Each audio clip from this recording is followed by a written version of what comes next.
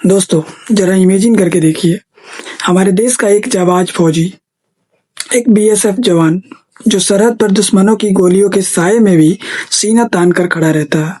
वो सरहद पर तो बिल्कुल सुरक्षित रहता है, लेकिन जब वो छुट्टियों पर अपने ही घर, अपनी ही चार दीवारी के अंदर सुकून की नींद सो रहा होता है, तब उसके साथ एक ऐसा भयानक धोखा होता है जो पूरी इंसानियत को शर्मसार कर दे। जिस परिवार की हिफाजत के लिए वो दिन रात अपनी जान हथेली पर रखता है, उसी परिवार के अंदर एक ऐसी गहरी और खौफनाक साजिश रची जा रही थी जिसने उस जवान की सांसें हमेशा के लिए छीन ली। जब पुलिस ने उस खौफनाक वारदात के पीछे के चेहरों से नकाब हटाया, तो जो सच सामने आया उसे सुनकर वहां खड़े पुलिस वाले के भी रोंगटे खड़े हो गए। आज की कहानी उत्तर प्रदेश के मेरठ की है। एक ऐसी कहानी जो हमें सोचने पर मजबूर कर देगी। इंसान के अंदर का शैतान जब जगता है तो वो कितने पवित्र रिश्तों को आग में मिला देता है। तो चलिए इस रूह कपा देने वाली साजिश के हर एक पन्ने को खोलते हैं। वीडियो अंत तक जरूर देखिएगा, क्योंकि इसका क्लाइमेक्स आपको अंदर तक झकझोर देगा। तारीख थी 28 मार्च 2026। शाम के करीब 4 बज रहे थे। जगह है मेरठ के इंचोली थाना क्षेत्र का धनपुर गांव। 38 साल का बीएसएफ जवान नयन सिंह, जो पश्चिम बंगाल में तैनात था, वो इन दिनों छुट्टियों पर अपने घर आया हुआ था। नयन सिंह के छोटे भाई की पत्नी पिंकी शाम के चाय के वक्त अपने जेठ नयन सिंह को जगाने के लिए उनके कमरे की तरफ जाती है। घर में सब कुछ शांत था। पिंकी जैसे ही कमरे पर दरवाजा खोलती है, उसके पैरों तले जमीन खिसक जाती है। उसके गले से एक ऐसी खौफनाक चीख निकलती है जो पूरे धनपुर गांव का सन्नाटा चीर देती है। बिस्तर पर नयन सिंह का बेजान शरीर पड़ा हुआ था। पूरे कमरे का फर्श लाल रंग से सना था। किसी ने सोते हुए नयन सिंह के सिर पर एक ऐसा वार किया था जिसने उन्हें हमेशा के लिए खामोश कर दिया। वार इतना जोरदार और भयानक था कि वो सीधा उनके सिर को पार करते हुए दीवार से टकराया और फिर उसके पैर में जा लगा।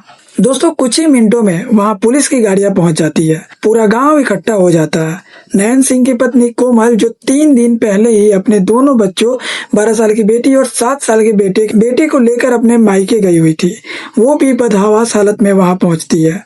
अपने पति की बेजान शरीर को देखकर कोमल फूट फूट कर रोने लगती है।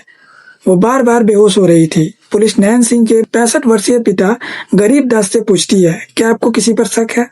पिता तुरंत अपने ही पड़ोस के 4 लोगों का नाम लेते हैं जिनसे उनका पुराना जमीनी विवाद चल रहा था। पुलिस तुरंत एक्शन लेती है और उन चारों पड़ोसियों को उठा लेती है। लेकिन दोस्तों, यहीं से इस केस में एक ऐसा टर्न आता है जिसने पुलिस का दिमाग भी चकरा दिया। जब पुलिस उन चारों पड़ोसियों को थाने में लाकर सख्ती से पूछताछ करती है तो वो हाथ जोड़कर कहते हैं, साहब, जमीन का विवाद अपनी जगह है, लेकिन एक फौजी की सांसें छीनने का पाप हम सपने में भी नहीं सोच सकते। पुलिस को भी उनके खिलाफ रत्ती भर भी सबूत नहीं मिलता, जिसके चलते इनको छोड़ना पड़ता है। पुलिस का माथा ठनकता है। अगर बाहर वालों ने ये काम नहीं किया तो फिर घर के अंदर कौन था? पुलिस 27 मार्च को उस खौफनाक रात की टाइमलाइन खंगालती है। उस रात घर में सिर्फ 2 लोग थे, नयन सिंह और उनकी छोटी बहू पिंकी। पिता गरीब दास खेतों की रखवाली करने गए थे। छोटा भाई प्रदीप मोदी नगर गया हुआ था। पत्नी कोमल 25 मार्च को ही मायके जा पहुंची थी। शक की सुई पिंकी पर घूमती है, लेकिन पिंकी के मासूम जवाबों और सबूतों की कमी ने पुलिस को फिर से एक अंधेरी गली में लाकर खड़ा कर दिया। जब जमीनी स्तर पर कोई सुराग नहीं मिला तो पुलिस ने उस चीज का सहारा लिया जो कभी झूठ नहीं बोलती, यानी कॉल डिटेल्स, सीडीआर। पुलिस ने नयन सिंह की पत्नी कोमल पर फोन रिकॉर्ड निकाला और उस रिकॉर्ड को देखते ही पुलिस अधिकारियों की आंखें फटी की फटी रह गई। एक ऐसा नंबर था जिस पर कोमल पिछले कई महीनों से, और सबसे बड़ी बात, 27 मार्च की उस खौफनाक रात को भी लगातार बात कर रही थी। जब पुलिस ने उस नंबर के मालिक का पता लगाया तो वो नाम सुनकर नयन सिंह के परिवार के होश उड़ गए। वो नंबर था गुलशन का। गुलशन कोई और नहीं बल्कि नयन सिंह का अपना ही मौसेरा भाई था। पुलिस बिना वक्त गवाए 3 अप्रैल 2026 को गुलशन को दबोच लेती है, और जब गुलशन का मुंह खुलता है तो जो कहानी बाहर आती है वो किसी हॉरर फिल्म से कम नहीं थी। अब आप खुद सोचो, जिस औरत के आंसू अपने पति के बेजान शरीर पर रुक नहीं रहे थे, क्या वो इतने बड़े धोखे का हिस्सा हो सकती है? इस राज को समझने के लिए हमें थोड़ा पीछे चलना होगा। साल 2012 में साल 2012 में नैन सिंह और कोमल की बड़ी धूमधाम से शादी हुई थी। कोमल बेहद खूबसूरत थी और शुरुआती दिन बहुत अच्छे भी थे। नैन सिंह को अपनी ड्यूटी के लिए वापस बॉर्डर पे जाना पड़ता था। महीनों तक घर से दूर एक फौजी की पत्नी की जीवन आसान नहीं होता। उनके अकेलेपन के बीच नैन सिंह के घर उनके मौसेरे भाई गुलशन का आना जाना शुरू हो गया। बातचीत शुरू हुई, नजदीकियां बढ़ी और धीरे धीरे कोमल और गुलशन ने हर मर्यादा, हर रिश्ते की हद को पार कर दिया। उनके बीच एक ऐसा रिश्ता बन गया जिसे नैन सिंह के पीठ के खंजर घोंपने का काम किया। लेकिन कहते हैं ना दोस्तों, पाप छुपता नहीं है। कुछ महीनों बाद नैन सिंह को इस बात की भनक लग गई। एक फौजी जो सरहद पर दुश्मनों से लड़ता है, जब उसने देखा कि उनके अपने ही घर में इतना बड़ा धोखा हो रहा है, तो उसका खून खौल उठा।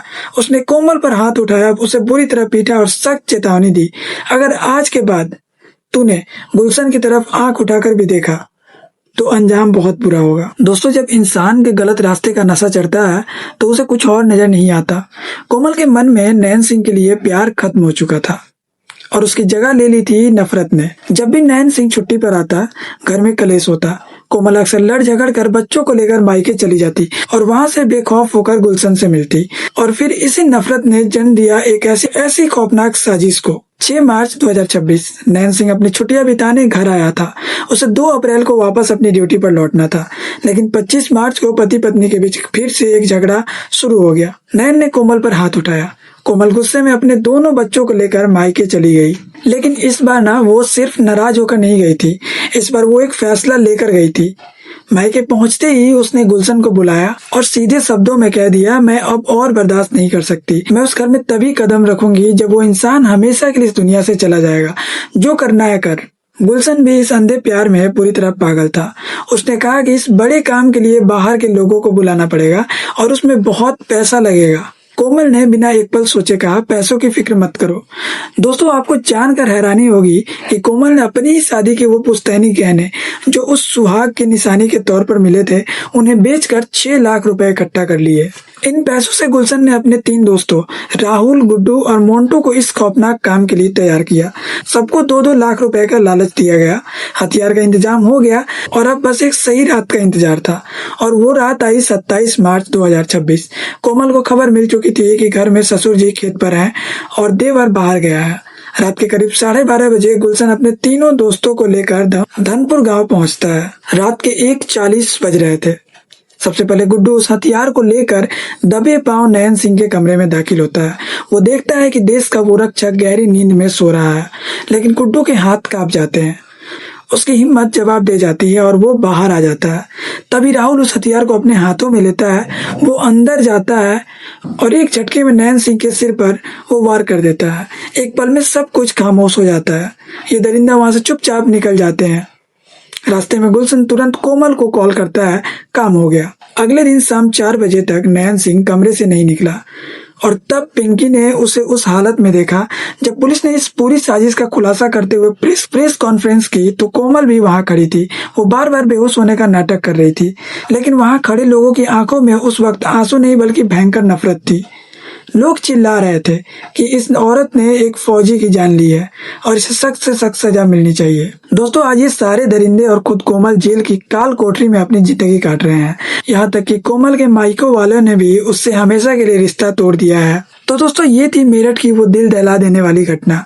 एक सैनिक जो देश के दुश्मनों से जीत गया लेकिन अपनों के धोखे से हार गया। ये कहानी हमें ये सोचने पर मजबूर कर देती है कि जब रिश्तों में नफरत इस कदर हावी हो जाए तो इंसान की जमीर पूरी तरह से मर जाता है। लेकिन इस पूरी खौफनाक वारदात को गहराई से समझने के बाद मैं ये सवाल आप पर छोड़ना चाहता हूँ, आपके हिसाब से इस पूरी बर्बादी की सबसे बड़ी जड़ क्या थी? कोमल और गुलशन का अंधा प्यार और लालच जिसने उन्हें इतना अंधा कर दिया कि उन्होंने एक जाबाज फौजी और एक पिता की सांसें छीन ली, या बी नैन सिंह का गुस्सा और मारपीट जिसने कोमल के मन में इतनी नफरत पैदा कर दी कि उसने बदला लेने का ये खौफनाक रास्ता चुन लिया, या फिर दोस्तों ऑप्शन सी रिश्तों के बीच की दूरियां जो अक्सर उन परिवार में आ जाती है जहां इंसान काम के सिलसिले में महीनों तक घर से दूर रहता है। नीचे कमेंट बॉक्स आपका इंतजार कर रहा है। दोस्तों, अपनी बेबाक राय मुझे जरूर बताएं। इस वीडियो का मकसद किसी की भावनाओं को ठेस पहुंचाना नहीं, बल्कि आपको समाज की उन डरावनी सच्चाइयों से रूबरू कराना था जो हमारे आसपास में घट रही है। दोस्तों कहानी अगर आपको पसंद आई हो तो वीडियो को लाइक करें, चैनल को सब्सक्राइब करें। मैं हूं मनीष और मिलते हैं आपसे अगली ऐसे ही एक सच्ची और रूह कपा देने वाली कहानी के साथ। तब तक के लिए अपना और अपने परिवार का ख्याल रहे, सतर्क रहे, सावधान रहे। जय हिंद।